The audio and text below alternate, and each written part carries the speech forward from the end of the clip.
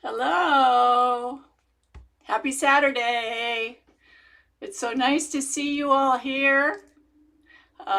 Today it's just me. I don't have a guest, and I'm going to be talking about the Kolam pillow that we are all working on. And even if you're not working on it, I think there's going to be some tips and tricks here that will help you in any of your knitting. So let's see who's on here and just say hello. So Lana Isco, or is it Ilana? Ilana Isco. Mary Inman from Atlanta, Carol Brasino from New York City. Hello, Dolise. Hello, Dolise. Elizabeth Nielsen from Sweden, Renee from Central California, Susan Day from Washington State, Knit and Crochet Tiger from New Orleans, Deborah Go from Colorado, Charlene from Madera, California. Hello, Charlene. Nice to see you.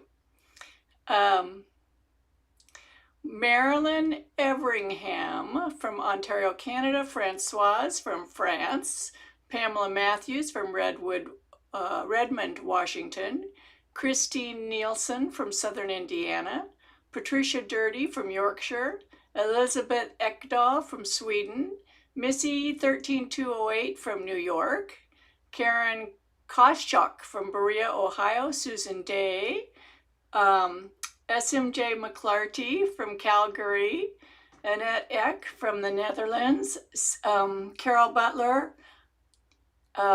Terry Wilson from Arkansas, Margaret Gibson from Sydney, Australia, Sylvia Earle from Cameron Park, California, Susan Leibowitz from freezing New Jersey. Ooh, let's see what it is today here in Bakersfield. Today the weather is... It's currently 59 degrees with a high of 62 today. That's about normal for this time of year. Demetria, hello. Kayan, hello. Robin Gabble, Jerry Rossiter, hello. I love seeing all my friends on here. I just love you guys. You have to know that. Getting through this COVID thing and having you all as my friends is a real blessing. Give me a thumbs up if you feel like it, if you enjoy the content that I share with you. Thumbs up helps me feel better, warms my heart. So let's get started. The Kolam pillow is a pillow that incorporates some advanced knitting techniques. The advanced techniques that it incorporates are starting and stopping cables mid-fabric, cable flare compensation, and getting a good gauge for a cable. So I'm going to start with that part right there, and I'm going to switch to my hands right now, and I want to show you some things, okay? So I have these two swatches here. These are the same number of stitches. I don't know if they're the same number of rows. Let me count the rows real quick.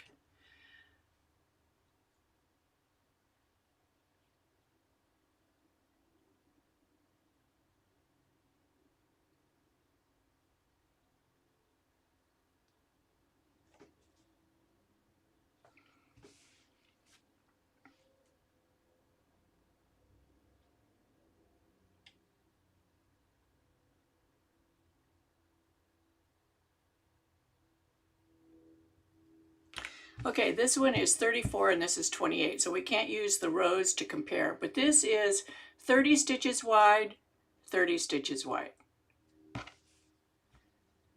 Same exact yarn, same knitter, but this is a US 7 and this is a US 5. Now a lot of people were asking, why am I suggesting a US 5 for this pillow? Because when you knit a pillow, it's going to be stretched over a pillow form, right? And if your fabric stretches too easily, the pillow top will likely stretch out of shape on your pillow form. Going down a couple of needle sizes gives you a much firmer fabric. Can you see this? Now the stitches look just as nice. It doesn't change how the stitches look. I have some gutters here. Not so many here. It doesn't change how your stitches look. So here are some more examples. Here is the little test swatch that I put in the pattern. Again, this one is knitted with a US 5 needle. This is a US 7. And you can see that this is denser looking. And it's going to give you a much more durable fabric than this will. Now, if this were a garment or a blanket or anything else, yes, you can use a US 7 or whatever size needle you want to use, okay? Now, getting gauge.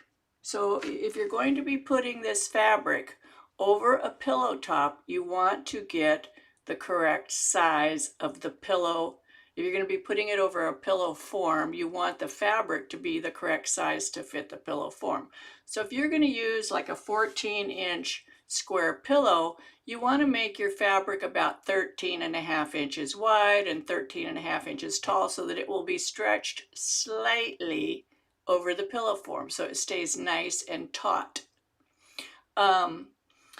So what if you're getting the correct gauge? Like this is 21 stitches over 4 inches, and I'm getting 31 rows over 4 inches. What if you're getting 21 stitches, but you're getting 30 rows instead of 31? Or you're getting 29 rows instead of 31? That is when, for this particular pattern, let me get a piece of paper to draw on.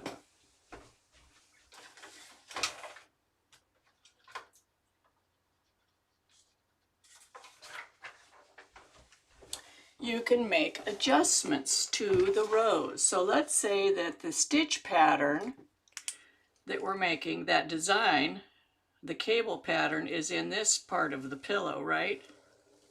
But the pillow top actually extends out past that because you're going to have these areas that are stockinette stitch. Now, I've designed the pillow so this space and this space and this space and this space are equal because I like to have things symmetrical. But if you're not getting the correct row gauge, all you need to do, if you're getting fewer rows per inch, excuse me, if you're getting fewer rows per 4 inches, you would need to do fewer rows in this area here and fewer rows in here. And what it would result is that you would still have your pillow form, the pillow top would be the same size, but your cable pattern is going to take up more space on it. This particular pattern, it's really easy to make those adjustments. It's okay to do that, but you really need to know your stitching row gauge. Now, I don't know if you watched the video that I put up a few days ago about getting accurate gauge. Excuse me, just a minute, I really have to cough.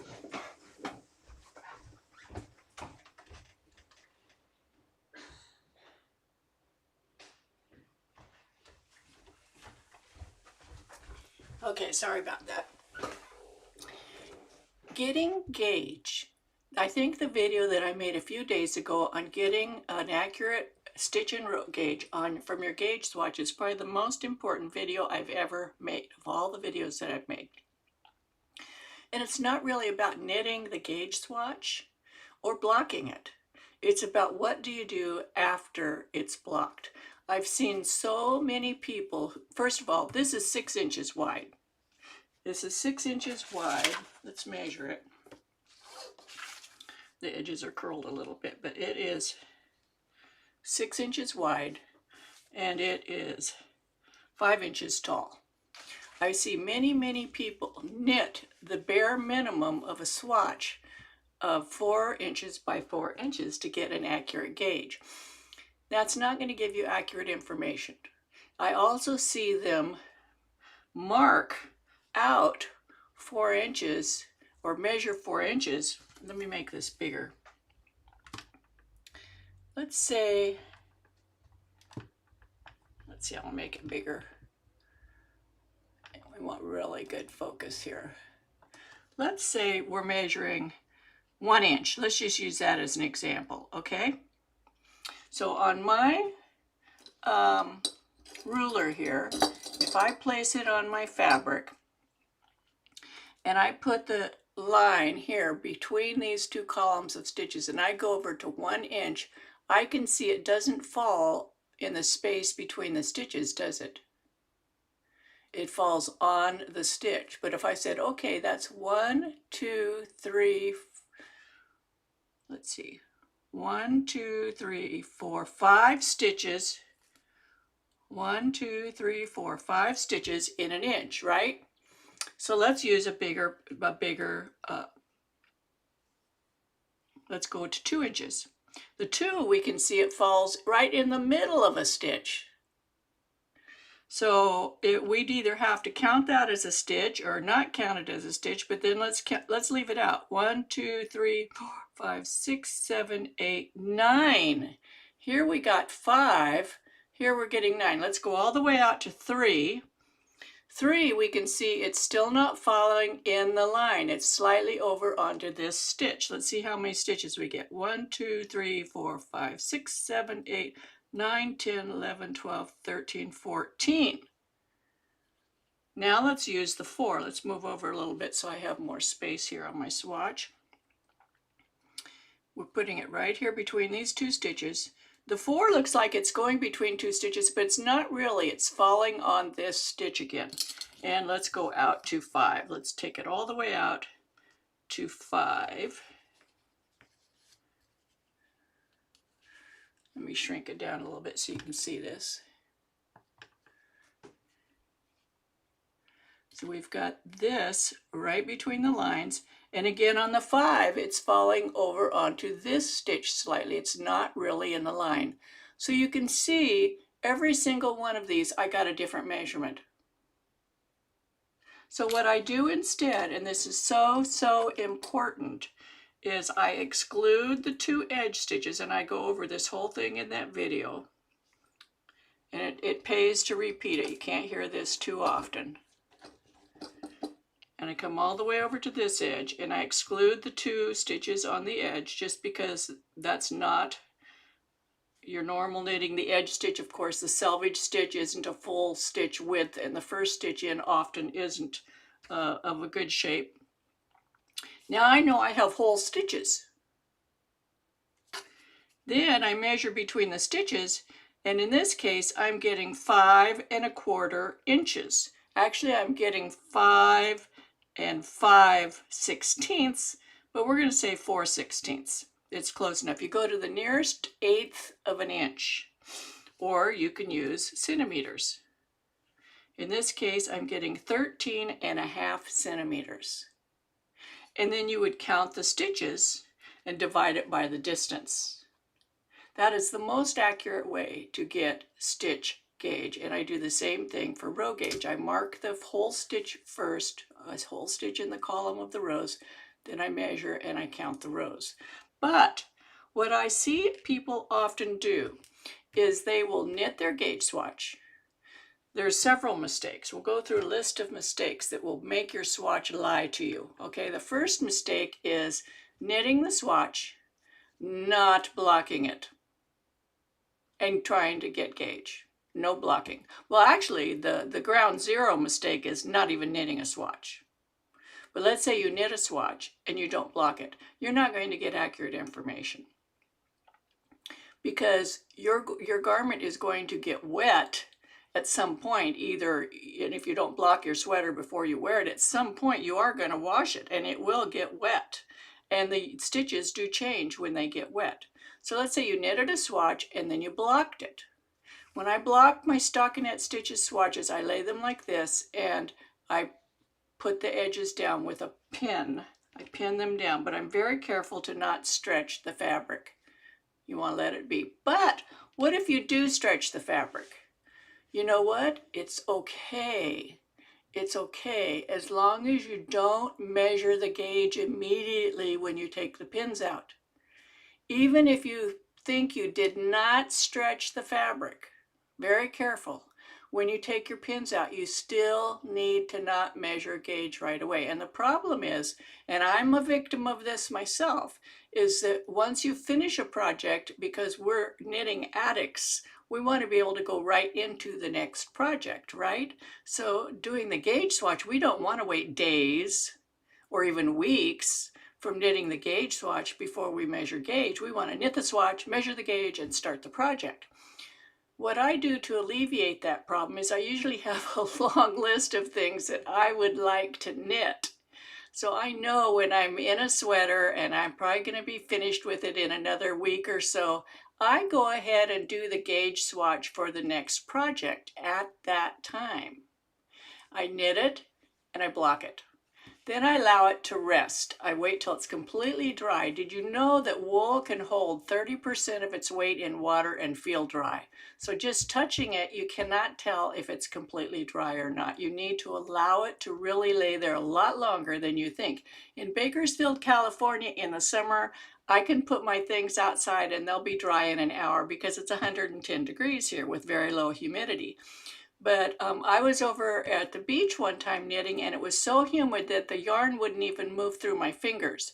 So if I were blocking something there, it would take days for it to dry using a fan, circulating the air, you know, that sort of thing. So each person, the amount of time it takes for their swatch to dry is going to be very different. Once it's dry, completely dry, bone dry, then I pick it up and I handle it. And I show you what I did in that video. I call this manhandling it. And I will often put this swatch in my knitting bag and carry it around with me. And I get it out and I show all my knitting friends, oh, this is what I'm going to do next. This is what do you think of this fabric? And everybody touches it and holds it. And I do that and maybe for days or a week or two. Then I let it rest again. You can't go like this and then measure it immediately. You have to allow it just to rest. And then you measure the gauge. And you measure the gauge just like I showed a few minutes ago. You want to get as many stitches as possible within your area of measuring. And another big no. Do not put a border around your swatch.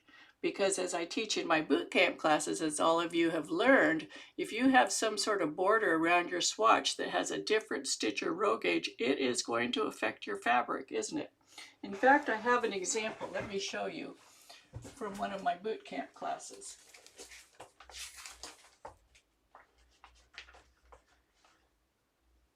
Okay.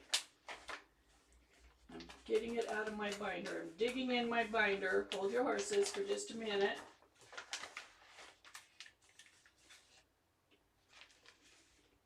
Okay.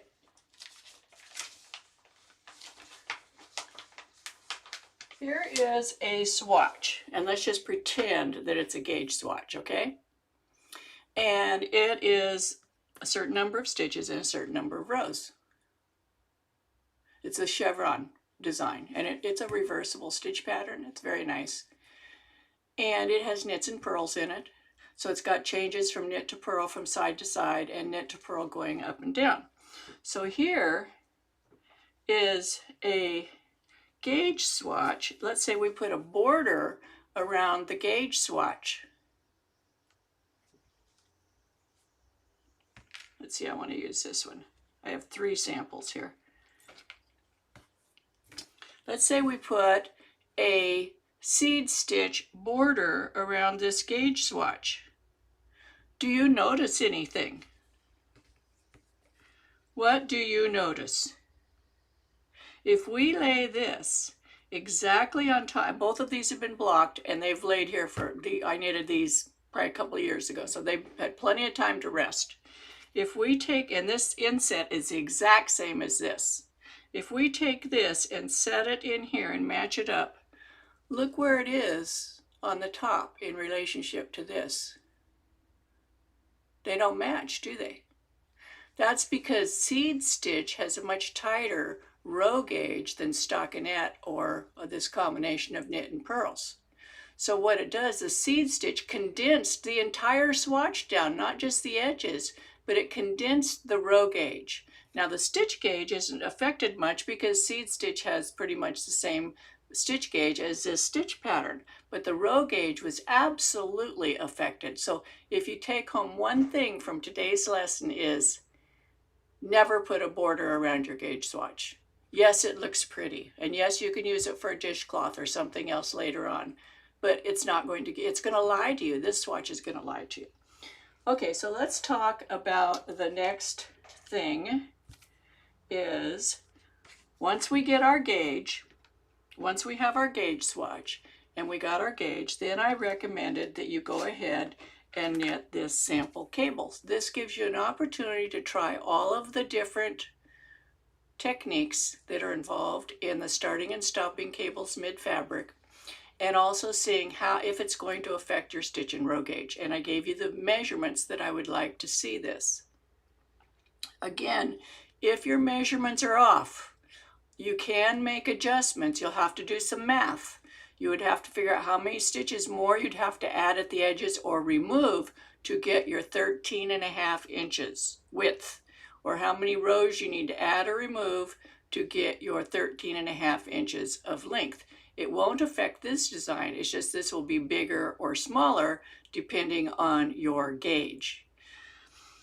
I put out a new video this morning on making a better, in fact this swatch has the new one. Let me get up close and personal with these for you.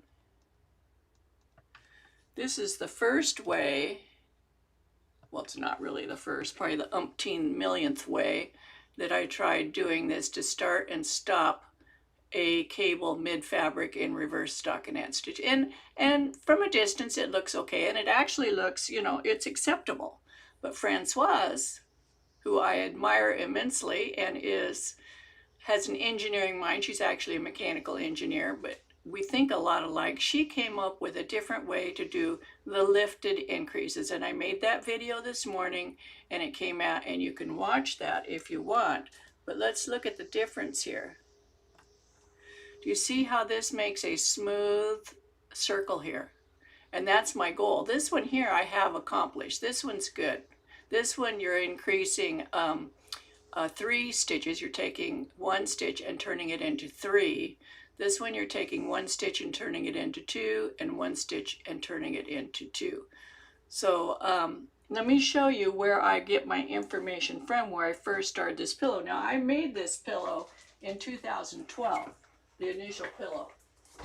And it's no longer in my possession because it was in a magazine and they kept the pillow. But this is the book, amongst other books. But this one, I like this book. And this is Elspeth Levold. And on many pages, but I'm using page 31, she has a little design that's very similar to the one that I used for part of this pillow. This is very similar to this design. I changed it up a little bit, but it's where I got my inspiration. I have different stitch and row counts in here, and my increases and decreases are different.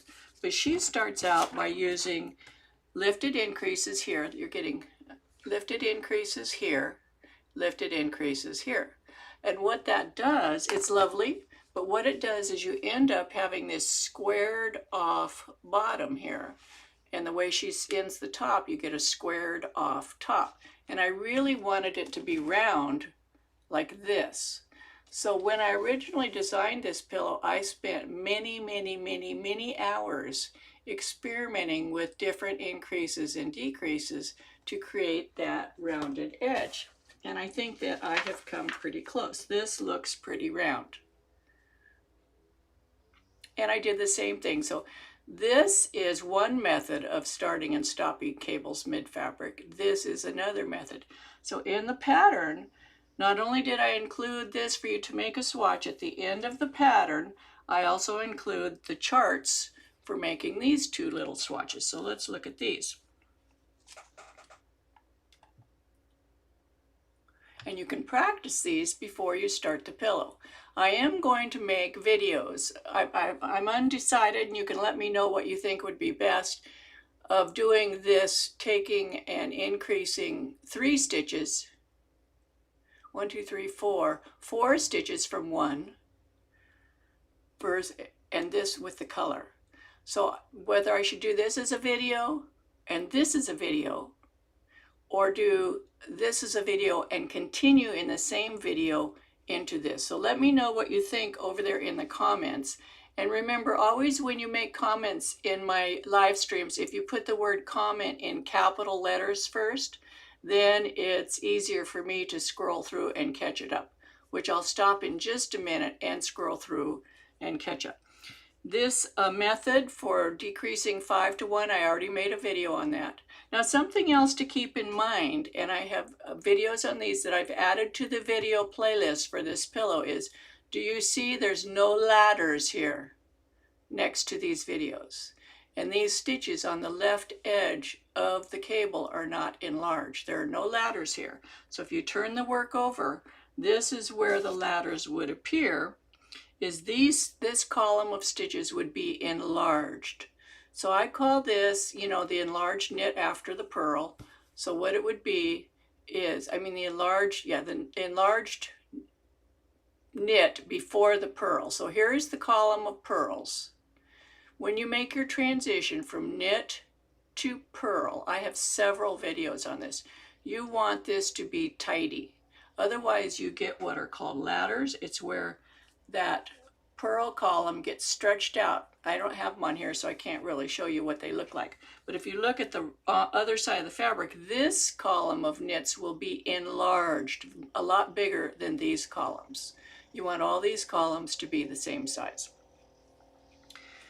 So that's one thing to watch for. And it's especially important in a pillow, because remember, this fabric's going to have a little bit of tension on it when it goes over the pillow form. So if you have any enlarged stitches over here, guess what's going to happen? When you pull on this, it'll make them even bigger. So try doing these little swatches before you jump into your pillow. My new yarn is arriving today. It hasn't come yet. I ordered 5 different colors. I'm not sure which one. I'm going to use this off-white for my base. And then I'm going to use one of the colors. It's going to go with my living room furniture. This is one of my all-time favorite pillows that I ever knit. The other cable pillow that's just all white on my Ravelry group, that's my second favorite pillow. So, what do you think? Let's see if anybody commented whether I should make this as one big long video or 2 short videos. Both included in one, both in one.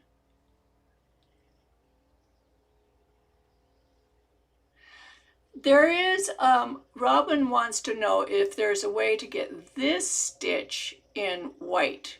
There is, and I can show it in the video as a second choice. It's very fiddly, very, very fiddly. It would be this stitch right here, making it in white. Maybe it's this stitch. Uh-oh, my gardener's here. Wouldn't you know it? Sorry.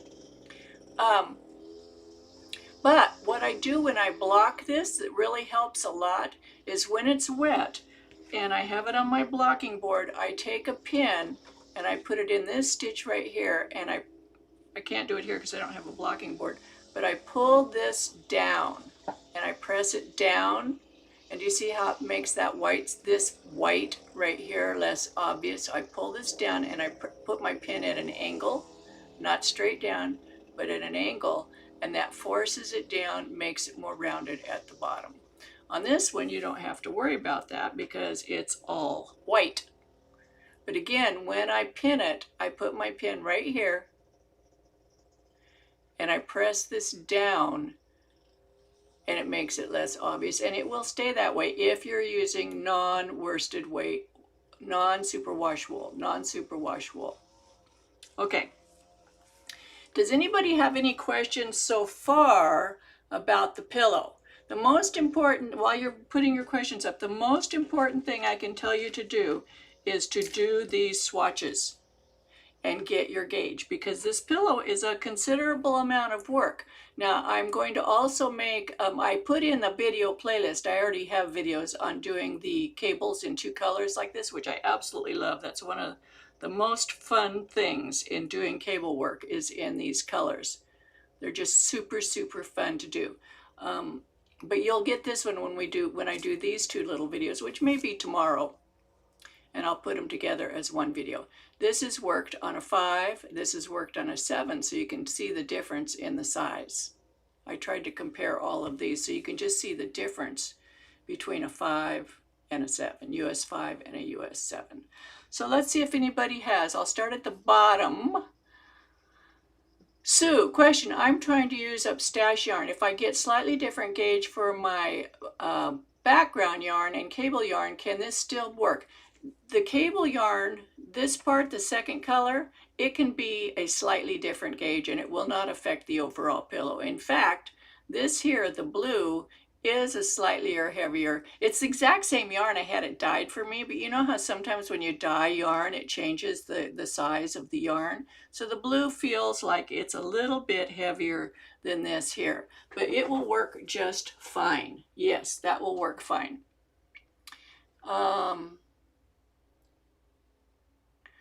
Let's see. Oh, and I'll go to Mary Inman says, can you talk about yarn choices? I was considering merino, but I'm thinking if you sit against pillow, it would cause lots of abrasion and pilling. Mary, great question. What prevents pilling is choosing a yarn that has a very tight twist. So looking at the twist of the yarn and using a smaller size needle will help make it more durable. But at the same time, this is an excellent opportunity to actually use acrylic yarn if you want. You know, it would be okay, or any of the long wools, but if you're a person that likes to put your head on your pillow and that might feel scratchy against your face, then I wouldn't use the long wools like BFL and stuff like that because they don't really feel good next to your skin. But if you're using it as a throw pillow and it's not going to be touching anybody's skin, you can use some of the, the Peruvian Highland wool, that kind of stuff. It's fine. Patton's classic wool, that would work great too. But this is merino. I have a preference for merino. It's my own thing. Okay, let's see. Robert, yeah, the top of the bottom of the circle. Yes, this is what she's talking about right here, is this blip. That's what you don't want, right, Robin? She says not the very bottom of the circle, not the top of the bottom of the circle. No, the very bottom of the circle. This is, you could play around with it and you can swatch and see if you can you would have to actually down here on these 2 stitches, you would have to work them in blue first, but then you're going to get you're going to get some bicolored pearls here. So try it out. You would not believe the swatches that I made when I first started this pillow. Can you needle in to which is a cheat? Can you needle in to which? Julie, I don't understand your question. Oh, Susan Day says, comment, I do like shorter videos per master hand knitter resource requirements. Exactly, and I really think about that when I make my videos. In fact, I made 2 new playlists. I made one, my daughter-in-law Janine's helping me. She put all of my videos that were 5 minutes or less in that playlist. And I have a second playlist that she's working on putting all my videos that are 9 minutes or less in that one. And to be quite honest, if I have some videos that are a little bit like 15 seconds too long or 20 seconds too long that you would like to use as a reference for the TKGA program, or even if they're a minute too long, let me know and I can make a shorter version. I can edit it out and make it the right length. Okay, one bit. This is from Joy. Little cable video. I think it would be good with both. Okay.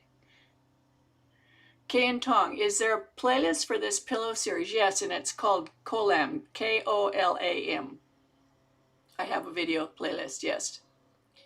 And Wendy says she frogged her swatch due to ladders. So I have all those videos in the playlist on avoiding the enlarged knit before the purl. So you can look at those. I show you how to do that. Oh, Kayan says, I love your demonstration and series of videos. They help tremendously. The 2 video with a link in the second. So that I could do that. I could make this video and link this one to this one and link this one to this one. And they would both be in the Kolam playlist. Okay.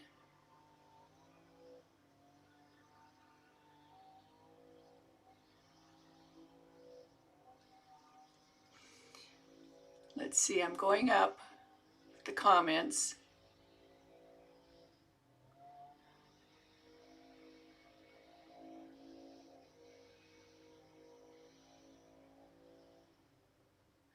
Is there anything else you want me to talk about today? Because really we need to, and I won't be back on here to talk about this next week because I have a guest, but the week after we can do another live stream. And of course, I will answer all your questions on Ravelry.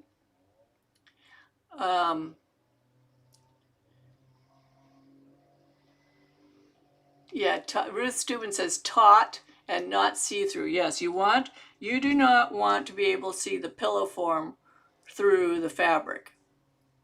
Unless you're doing something like elongated stitches or something. I did a pillow with the seafoam pillow with the elongated stitches in, and I put a fabric over the pillow form.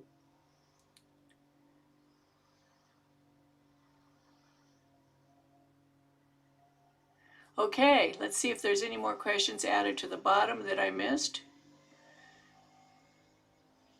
Yes, Laura Stewart, I did revise the pattern. I sent it out yesterday.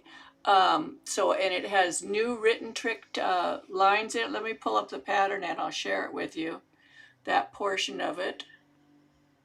Now this is just the first in a series of pillow patterns, right? So we'll vote on which one's next, but I'm heavily leaning towards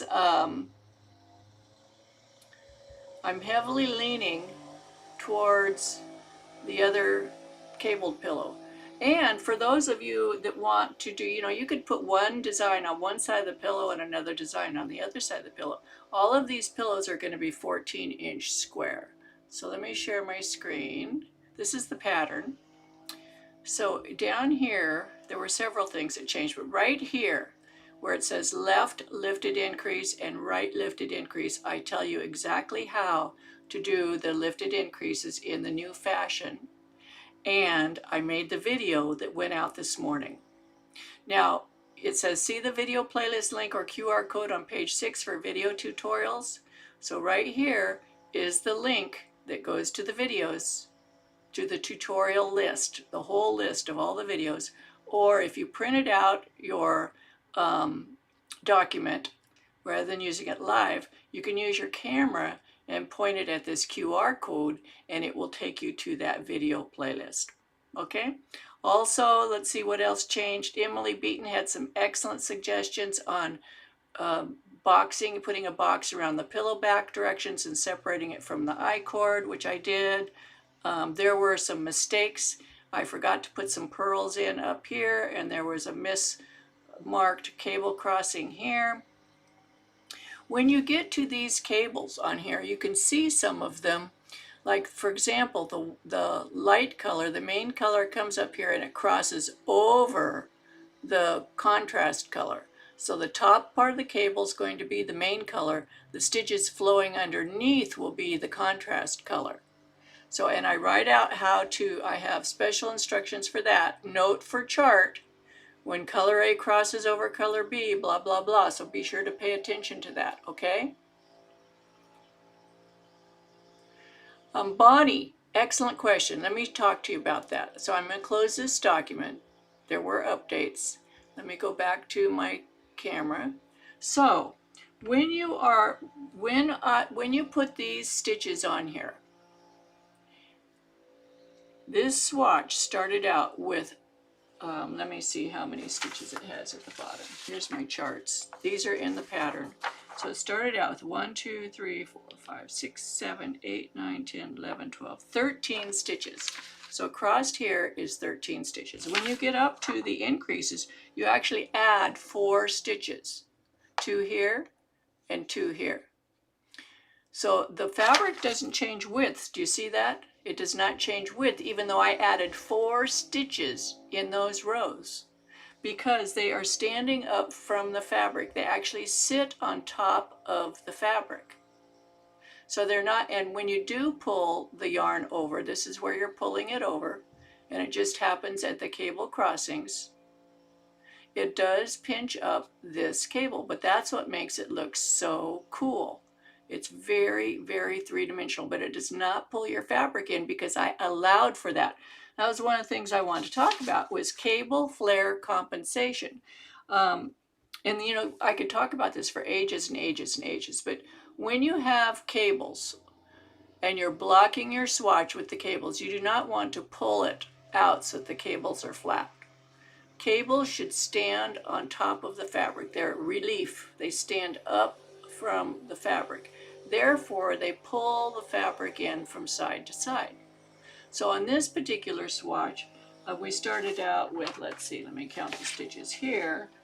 We started out with 34, 1, 2, 3, 4, 5, 6, 7, 8, 9, 10, 24 stitches. It's 24 stitches wide here, but here it's 34 stitches wide. It has 10 more stitches at this point. But you can see the swatch is still square.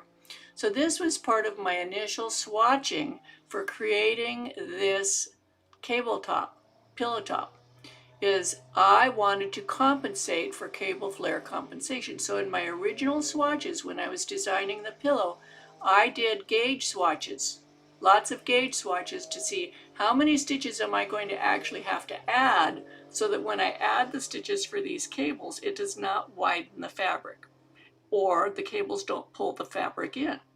That's called cable flare compensation. I also have many videos on that topic right there. So what you're saying is about this pulling them in is really I compensated for that before when you add the stitches. It's called cable flare compensation. That's a great, great question. Thank you for asking that. AG question, how do you prevent ladders mentioned earlier? I have several videos on preventing enlarged knits before purls. If you go to my YouTube channel, just type in or you can just Google enlarged knits before purls, Suzanne Bryan, and those videos will come up. And I show you how to do it. It's something that you want to incorporate it when you're doing cables, if you're doing ribbing or seed stitch, or anytime you're just changing from a knit to a purl. It doesn't affect changing from purls to knits. It only happens when you change from a knit to a purl. Okay, let's see. This pattern is called Kolam, K-O-L-A-M, and there'll be a link for it down below in the description after the video is over, but it is on Ravelry. If you go to Ravelry and just in the patterns put K-O-L-A-M, it'll be on there. Let me show you how you can get there. Let me pull up Ravelry. It's a gorgeous pillow. For those of you who haven't seen it, it's one of my all-time favorite projects. And I didn't design, as I've told you before, I am not a designer. I'm a technical knitter. I love technical knitting. And so let me share my screen. This is the pillow. Can you see it? Isn't that gorgeous? And I'm going to make my second one. I'm still going to keep the background, the off-white. And I'm not sure which color I'm choosing for the what's blue here yet. And then the back of this pillow is the blue, but you can make it any color you want. And then this is an I-cord join where you join both fabrics together. And I also teach you how to, it's stitch and row equivalency, so that the length of this I-cord is the same as this I-cord, even though you have far more rows here than you have stitches here. It's just part of all the learning process. Just about everything I design because I'm teaching you something. It's just a tool to use for whatever I'm teaching. Okay, let me go down through the questions again. Oh, Dolise put the link in. Thank you, Dolise. Yeah, so it's also in the 2012 August through October TKJ Cast On magazine. If you're a TKJ member, it's on there. But I have updated it and changed some things about it, but you can use that one too.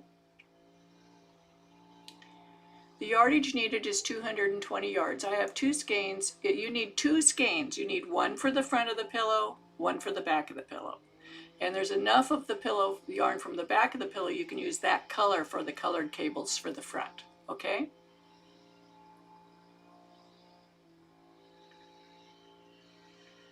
Let's see.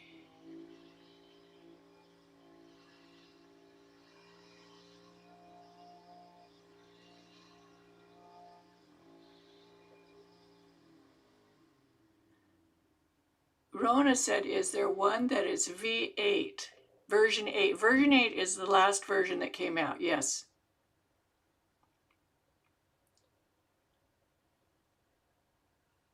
Bonnie, did I answer your question okay about pulling the yarn tight after the knit that's a colored stitch versus the white stitch that'll be next, or the main color? Pat, you says, I have the old series. Do I need to buy new pattern? You don't have to buy the new pattern if you want to knit it from the TKGA one. But I've just added more information. I added more little charts. And if you contact Dolise or Art Lady in my Ravelry group, she has information for you about that. Jan M, question, can you show how to use the 10-foot color yarn strands, please? Yes, when I do those videos on making these two little swatches, I'll show you how to manage the yarns, because on this one, let me go back to my hands. On this one, notice that there are only ends up here. There's no end here because I take my 10-foot strand, I fold it in half, and I start here at the fold. So one leg of it will go this way and one leg will go this way, and that way I don't have two additional ends to weave in here. I'm all about avoiding extra ends unless I absolutely have to have them. Let me see.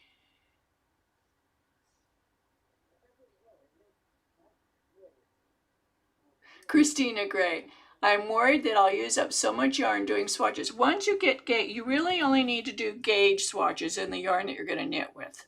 If you want to practice the skills, like doing these little things, you can use stash yarn. They don't need to be in the yarn that you're using for your pillow. Okay, you can use any yarn for these.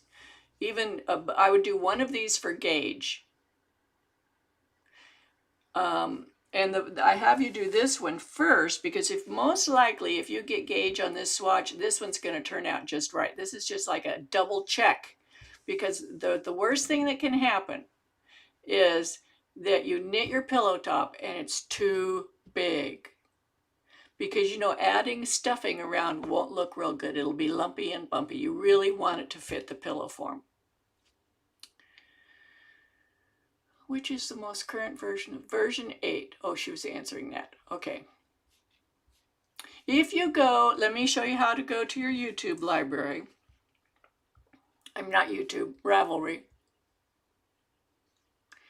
I'm getting on the internet right now, so it'll take a second to pull up my Ravelry library. So if I go to my library,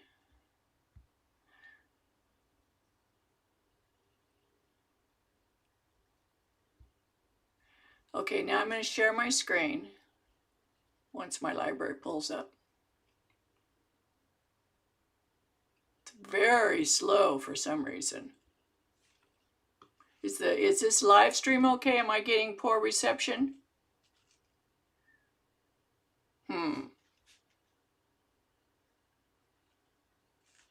Oh, here we go. Let me share my screen. So here's my library. And if I go down here to recently added, most likely it's probably going to be in there because I recently added. There it is. And it says there's an update.